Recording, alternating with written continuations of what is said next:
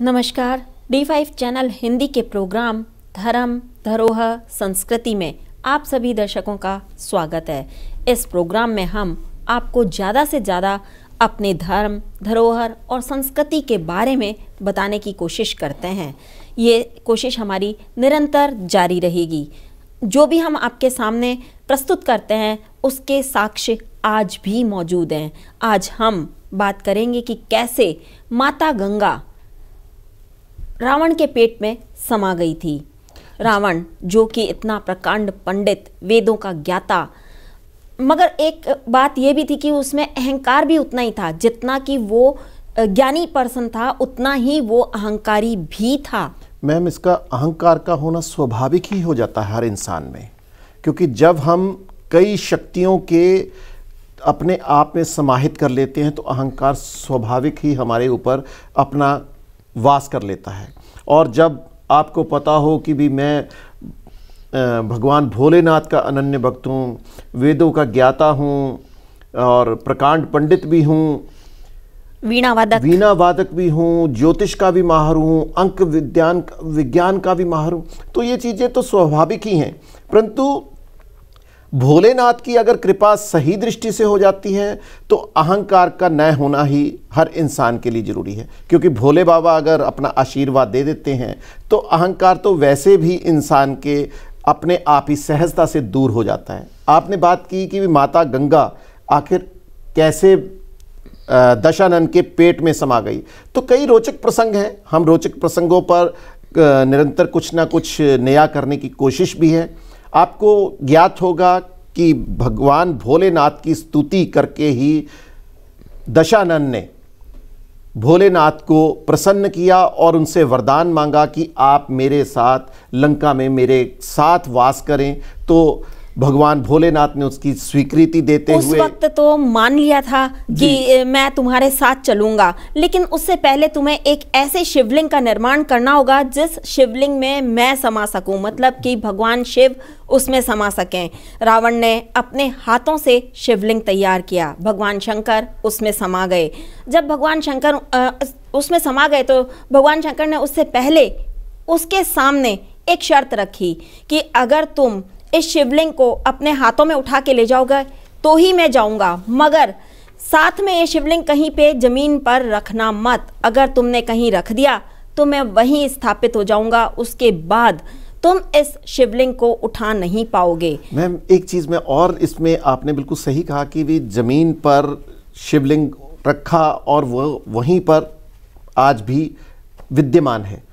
तो भगवान शिव के अगर शिवलिंग की बात करें तो भारत ही नहीं समूचे विश्व में बहुत संख्या ऐसी है जहां पर भगवान भोलेनाथ का ये प्रतीकात्मक शिवलिंग आज भी मौजूद है और लोग अपने अपने इष्ट की उसके मुताबिक उनकी स्तुति भी करते हैं। ये सबसे खास बात भी है कि शिवलिंग का होना ही यहाँ पर प्रमाणित करता है कि भोलेनाथ त्रिदेवों में से, क्योंकि ब्रह्मा जी के और भगवान विष्णु के मंदिर बहुत कम हैं क्योंकि उन्होंने रूप अवतरित किया, परंतु भोलेनाथ तो साक्षात इस धरती पर विद्यमान है। बिल्कुल ठीक कहा आपने। रावण की आदत थी कि एक बार तपस्या कर ली, प्रसन्न हुए, अगर वो उनका वरदान पूरा नहीं हुआ तो वो फिर से तपस्या करता था। वो बार बार तपस्या करके भगवान शंकर को प्रसन्न करने की कोशिश करता था और उसकी पूरी इच्छा थी कि मैं शिवलिंग को, भगवान शिव को साक्षात श्रीलंका में ले जाऊं।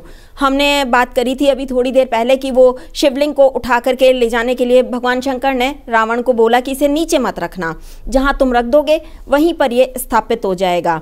उसके बाद में भगवान शंकर उस शिवलिंग में समा गए। रावण मद अहंकार में चूर होकर के शिवलिंग को उठा करके ले जाने लगा।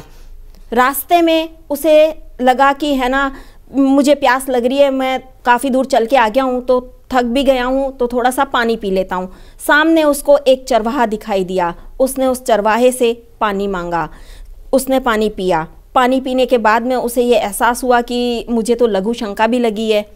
तो लघु शंका जब उसको लगी तो उसने उस चरवाहे को ही बोला कि तुम इसको थोड़ी देर के लिए अपने हाथों में उठा लो। मैं आपको एक चीज़ टोकना चाहूँगा मैम, थोड़ा सा इसमें एक रोचक प्रसंग भी साथ में जुड़ा हुआ है।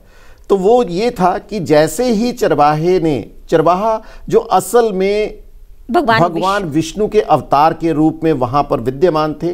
तो जिस कमंडल से उन्होंने उसको जल पिलाया रावण को, क्योंकि उस जल में माता गंगा माया के रूप में समाहित थी, तो जैसे ही उसने जल पिलाना शुरू किया तो माता गंगा समूची ही रावण के पेट में समा गई।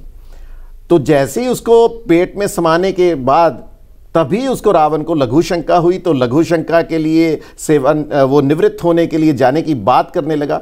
तभी उसने चरवाहे से निवेदन किया कि भाई तुम मेरे ये शिवलिंग को स्वीकार करो और उसको अपने पास रखो, इसको जमीन पर मत रखना। अगर ये जमीन पर रखा तो ये यहीं पर विद्यमान हो जाएगा। तो यही कारण है कि भी माता गंगा इस कारण उसके पेट में समा गई। बिल्कुल ठीक कहा आपने। इसके बाद में जब माता गंगा उनके पेट में समा गई तो जब रावण लघु शंका के लिए गया तो उसे काफ़ी देर हो गई। लघु शंका उसकी रुकी ही नहीं, वो निरंतर लघु शंका करे जा रहा था। उसका कारण भी यही था कि माता गंगा ही उसके पेट में समाई हुई थी। तो जब माता गंगा पेट में है तो लघु शंका का तो निवृत्त होना नामुमकिन वाली स्थिति पैदा हो गई थी। बिल्कुल। इतने में भगवान विष्णु जो कि चरवाहे के रूप में थे, एक ब्राह्मण के रूप में थे, उन्होंने उस शिवलिंग को जमीन पर रख दिया। जैसे ही जमीन पे रखा तो रावण को लगा कि अब मेरी लघु शंका भी समाप्त हो गई है, मैं अब वापस जाकर के देखता हूं, उससे अपना शिवलिंग लेता हूं। थोड़ा सा मैं और आपको बताना चाहूंगा। जैसे ही उसने धरती पर चरवाहे, जो भगवान विष्णु के रूप में वहां पर चरवाहा मौजूद था, जैसे ही उसने धरती पर रखा तो माता गंगा को समझ आ गई कि भी विद्यमान हो चुका है शिवलिंग। तो तुरंत ही वो वहां पेट से आलोप हो गई। इसके बाद में शिवलिंग वहीं स्थापित हो गया। रावण वहां आया, उसने देखा कि वहां ना कोई चरवाहा है ना ही कोई कुछ, और शिवलिंग सिर्फ धरती पर रखा हुआ है। और रावण गुस्सा हो गया, उसने शिवलिंग को लात मारी। शिवलिंग को जैसे ही लात मारी, शिवलिंग जमीन में धंस गया। ये शिवलिंग आज भी धरती में टेढ़ा वहाँ पर आज भी विद्यमान है। ये सबसे खास बात है कि इसका साक्ष्य आज भी मौजूद है। कारण ये है कि ये स्थान झारखंड में देवदर के नाम से वहाँ विख्यात है। वहाँ पर जहाँ पर आज भी ये शिवलिंग, जो रावण भगवान भोलेनाथ की कृपा से उस शिवलिंग को लेकर जा रहा था, ये आज भी वहाँ पर साक्ष्य के रूप में मौजूद है और वो अपने टेढ़े रूप में वहाँ पर स्थापित है। साथ ही वहां पर एक कुंड भी है। वो कुंड जहां पर रावण ने लघु शंका की थी, वो कुंड आज भी वहां पर मौजूद है। लोग कावड़ लेकर आज भी वहां पर जाते हैं और भारी संख्या में लोग वहां पर आज भी पहुंचते हैं, उस कुंड को देखते हैं।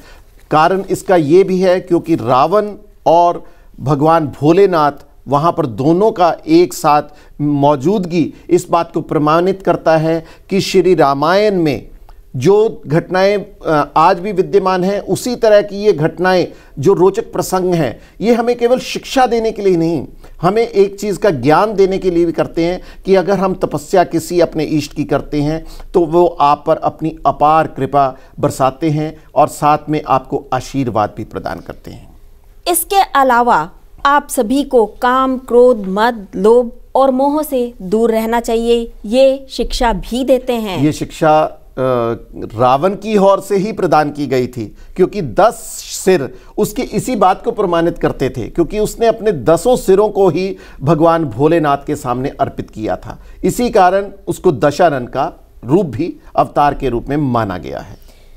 ऐसी ही और जानकारी लेकर के हम फिर से आपके सामने हाजिर होंगे। मुझे वंदना को, मुझे प्रदीप शाही को इजाज़त दीजिए। इस तरह के रोचक प्रसंग निरंतर आपके समक्ष हम पेश करने की कोशिश में लगे रहेंगे।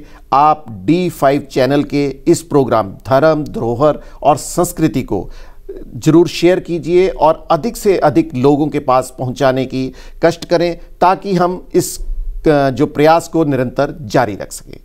धन्यवाद। YouTube, Facebook, Instagram, सभी सोशल मीडिया पर उपलब्ध एक ही क्लिक में। देखना ना भूलिए D5 channel Hindi. Please like, share and subscribe D5 channel Hindi.